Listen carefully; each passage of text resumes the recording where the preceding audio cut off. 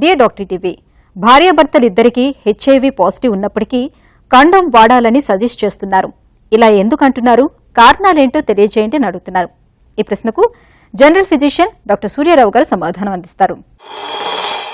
అంటే భార్య HIV positive, భర్త హెచ్ఐవి పాజిటివ్ అటువంటిప్పుడు ఇంక ఎందుకు ఈ సంసారం చేసేటప్పుడు కాండోమ్ వాడాలి? వారి ఫ్యామిలీ డాక్టర్ గారేమో కాండోమ్ వాడమని సలహా ఇచ్చారు అంటున్నారు. ఎందుకు సలహా ఇచ్చారంటే కాండోమ్ వాడమని, హెచ్ఐవి అనేటటువంటిది చాలా ఇంటెలిజెంట్ వైరస్. అది హెచ్ఐవి 1 ఉంది, హెచ్ఐవి 2 ఉంది. హెచ్ఐవి 1లో ఏ ఉంది, బి ఉంది, సి ఉంది, ఎం ఉంది, ఎన్ ఉంది, ఓ టైప్ ఉంది. ఈ కారణాల వల్ల ఉదాహరణకి ఆ భర్త గారికి హెచ్ఐవి 1 ఉంది, భార్యకి హెచ్ఐవి 2 ఉంది. ఇద్దరు కూడా పరీక్షల్లో హెచ్ఐవి పాజిటివ్ అనే వస్తారు వాళ్ళు.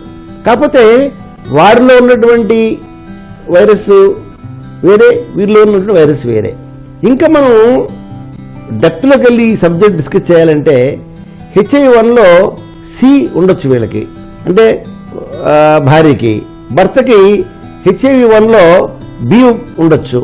ఇప్పుడు ఏమవుతుంది, కాండోమ్ పెట్టుకోకపోవడం వల్ల వారికి ఉన్నటువంటి హెచ్ఐవి 1 ఏ వీళ్ళకి, వీరికున్న హెచ్ఐవి 1 సి వాళ్ళకి, ఇలా వెళ్ళినందువల్ల ఇరువురిలో కూడా మోర్ కాంప్లికేటెడ్ సీన్ అక్కడ క్రియేట్ అవుతుంది.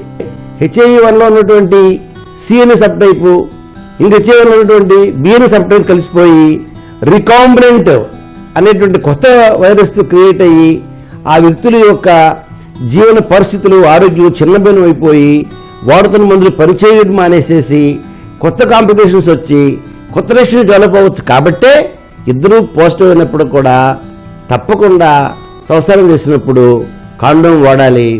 ఒకవేళ వారు మందులు వాడుకొని ఇద్దరిలో కూడా 0 స్థాయికి వస్తే, అంటే వైరల్ లోడు 0 స్థాయికి వస్తే, అంటే అన్డిటెక్టబుల్ స్థాయికి వస్తే, ఆ పరిస్థితుల్లో ఏమైనా కాండోమ్ లేకుండా అప్పుడప్పుడు సంసారం చేయొచ్చు. కానీ సైంటిఫిక్గా చెప్పాలంటే పాజిటివ్ ఇద్దరు దంపతులు అయినప్పుడు తప్పకుండా కాండోమ్ వాడాలి.